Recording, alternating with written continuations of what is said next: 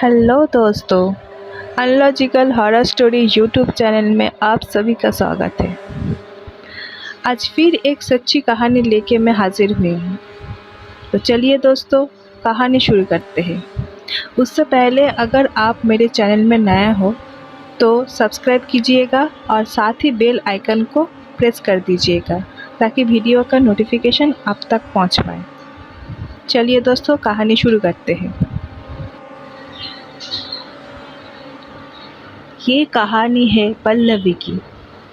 पल्लवी के घर में उसके मम्मी पापा, छोटे भाई और उसके नानी रहा करते थे। वो परिवार कभी पैरानॉर्मल चीज़ों में विश्वास नहीं रखते थे, पर उन परिवार के साथ कुछ ऐसा हुआ कि सब विश्वास करने पे मजबूर हो गया कि अगर पॉजिटिव एनर्जी है तो नेगेटिव एनर्जी भी होती है। पल्लवी का जो भाई था, ये पैरानॉर्मल चीज़ उसी के साथ हुआ था। उसका रिलेटिव का देहांत हो गया था कुछ टाइम पहले, तो इसीलिए पल्लवी के परिवार को 7 कर्मों में जाना था। 7 कर्मों के दिन पल्लवी के पूरा परिवार उस रिलेटिव के घर पहुंच गए थे। 7 कर्मों हो जाने के बाद जिस व्यक्ति का श्राद्ध था, उसे उसका मनपसंदी खाना देने का एक रिचुअल था। पल्लवी के रिलेटिव का जो घर था वो बहुत पुराना और बहुत बड़ा भी था।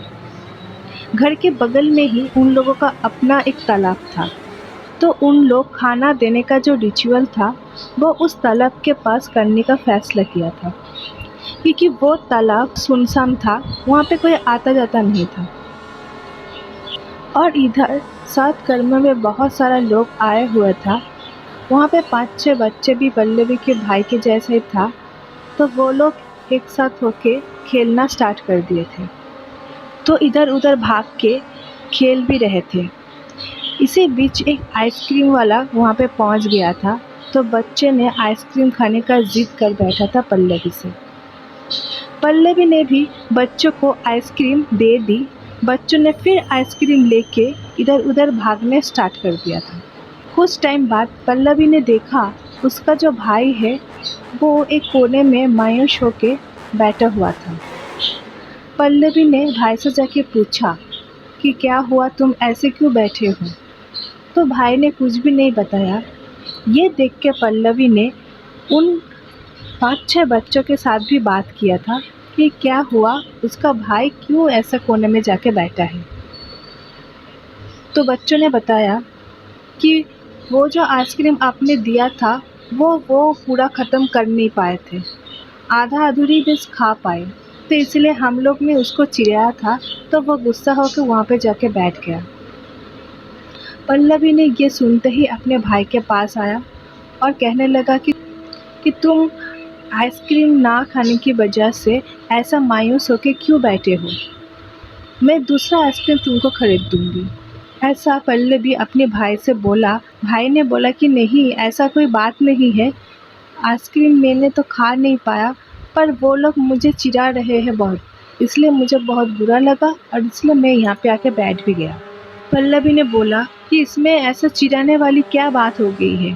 पल्लवी के भाई ने बोला कि मैं जो आधा आइसक्रीम खाया था नीचे गिर गया था थाली के ऊपर, और मैं थाली से उठा के ही खाया था, तो इसी बात से वो सब मुझको चिढ़ा रहे थे। तो पल्लवी ये सुनते ही चौंक गई। फिर तुरंत भाई से पूछा, थाली में गिर गया था मतलब यहाँ पे तुमको थाली मिला कहाँ से? तो भाई ने बताया कि तालाब के पास जो खाना दिया गया है वहाँ पे मेरा आइसक्रीम भी गिरा था, तो वहीं से मैं आइसक्रीम उठा के खा लिया। पल्लवी को ये सुनते ही बहुत ज़ोर का झटका लगा कि पल्लवी को कुछ बुरा होने का एहसास होने लगा। ये सुनते ही पल्लवी ने अपने भाई से डांट लगाया कि तुमने ऐसा किया क्यों?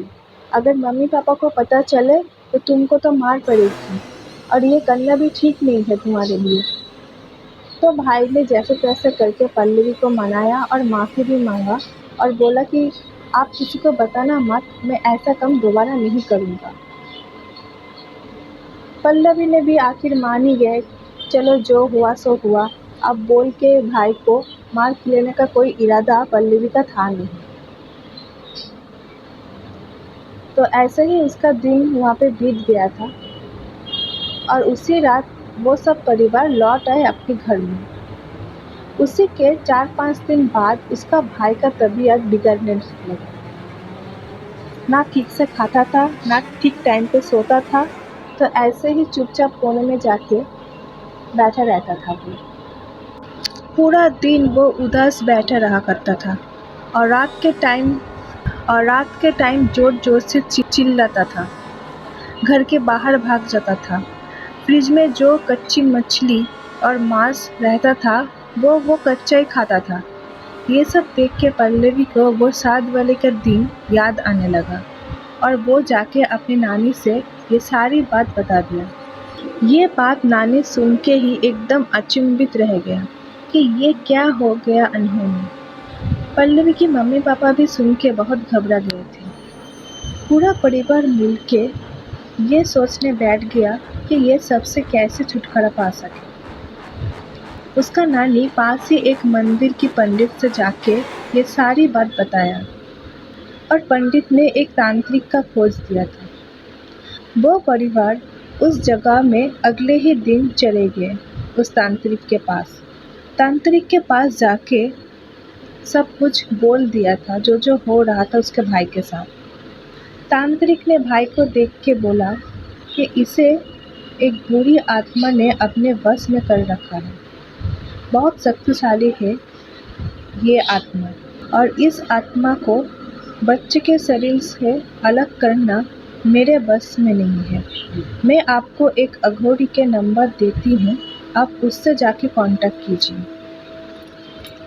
नंबर मिलते ही उस अघोरी बाबा को फ़ोन किया पल्लवी के पिताजी ने और जो हो रहा था उसके बेटे के साथ सब कुछ फ़ोन पे ही बताया।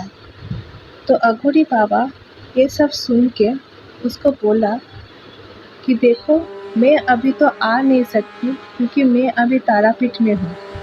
तो अगर आप लोग यहाँ पे आ सकते हो तो आप लोग कल ही यहाँ पे आ जाओ। ये सुनते ही पल्लवी के पापा ने बताया कि मैं अपने बच्चे के लिए कहीं भी जा सकती हूँ और हम लोग कल ही आपके पास आ रहे हैं।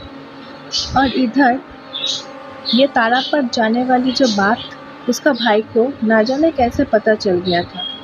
भाई को पता चलते ही भाई ने घर में हंगामा मचा दिया, ना जाने की जिद कर बैठे और परिवार के सभी लोगों को धमकी देने लगे कि अगर उसे ले जाया गया तो वो अपनी जान दे देगा। ऐसे बोलते ही बोलते वो अपना कलाई भी काट चुके थे और पल्लवी के परिवार ठान लिया था कि इसको लेके तारापीठ जाना ही होगा। तो इसीलिए वो सब परिवार के लोग जैसे तैसे करके उसका भाई को लेके अगले ही दिन तारापीठ पहुंच गए थे।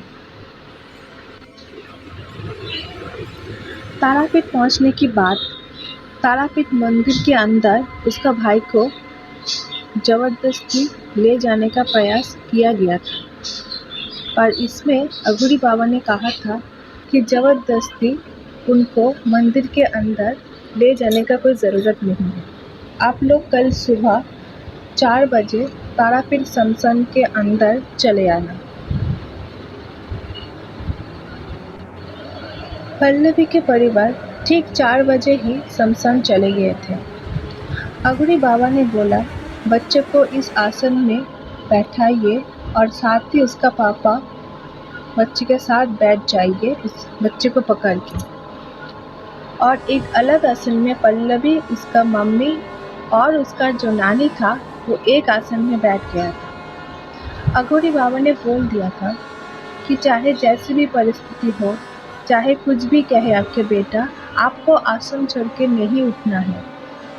और इधर उसका पापा को भी बोल दिया था कि आप कस के बेटे को पकड़ के बैठिए क्योंकि वो यहाँ से भाग भी सकता है और एक बार अगर वो आसन छोड़ के उठ गया तो मैं भी कुछ मदद कर नहीं पाऊँगा।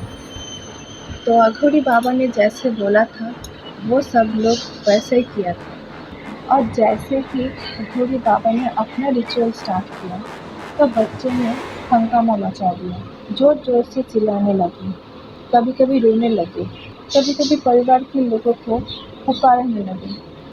ऐसा ही चलते चलते कुछ टाइम बाद उसका अंदर जो बुरी आत्मा थी, अब वो भी जोर जोर से चिल्लाना स्टार्ट कर दिया था। अघोरी बाबा के साथ उस बुरी आत्मा ने बहुत सारे बात किए थे, पर ये सब परिवार को समझ में नहीं आए थे। बस इतना ही समझ आया कि हाँ, कुछ कह रहे थे। अघोरी बाबा ने जब पूछा था उस आत्मा से क्यों क्यों तुम इस बच्चे को, तो उसका आंसर वो क्या दिया वो इन लोगों को तो समझ में आया नहीं था, बट ऐसा ही लगा सुन के कि हाँ, कुछ बोला है। तो ऐसा चलते चलते कुछ टाइम बाद वो लड़का उल्टियाँ करना स्टार्ट कर दिया था। इतना देखते ही बच्चे के जो माँ थे, यानी कि पल्लवी के माँ, घबरा गए और बच्चे के पास जाने के लिए उठने ही वाला था कि अघोरी बाबा ने उससे फिर वहाँ पे बैठने का इशारा कर दिया और बोला कि कुछ नहीं होगा, अभी ठीक हो जाएगा वो बच्चा। और ऐसा ही हुआ। जैसे ही वॉमिटिंग हुआ वो सेंसलेस भी हो गया था। पर बच्चे जैसे ही सेंसलेस हो गए, ऐसा लगा कि एक हवा का झोंका जोर से निकल के चला गया। ऐसा होने का 5-7 मिनट बाद ही बच्चे को होश भी आ गया था। और अघोरी बाबा ने माँ तारा का जो प्रसाद था वो बच्चे को खाने के लिए दे दिया था और बच्चे उसको खा गए। उसका कोई और परेशानी हो नहीं रहा था। तब अघोरी बाबा ने बताया उन परिवार को, अब के बच्चे ने जो आइसक्रीम उस थाली से उठा के खाया था, तो उसी टाइम पे ही ये बुरी आत्मा उसके शरीर में प्रवेश कर चुकी थी। अगर वो चाहता था तो बच्चे को कब का मार चुका होता था। ये तो भगवान की कृपा से ही बचा है। माँ तारा ने भी इसके ऊपर कृपा दिखाया, इसलिए जल्दी ही ये बुरी आत्मा से आपका बच्चा छुटकारा पा गया है।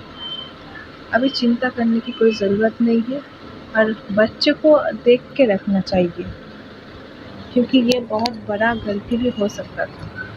ये आत्मा बहुत ताकतवर था। वो आपके बच्चे को उसी दिन या 2-3 दिन के अंदर ही मार सकते थे, पर उसने ऐसा किया नहीं। पता नहीं कौन भगवान आपका रक्षा कर लिए थे उस टाइम।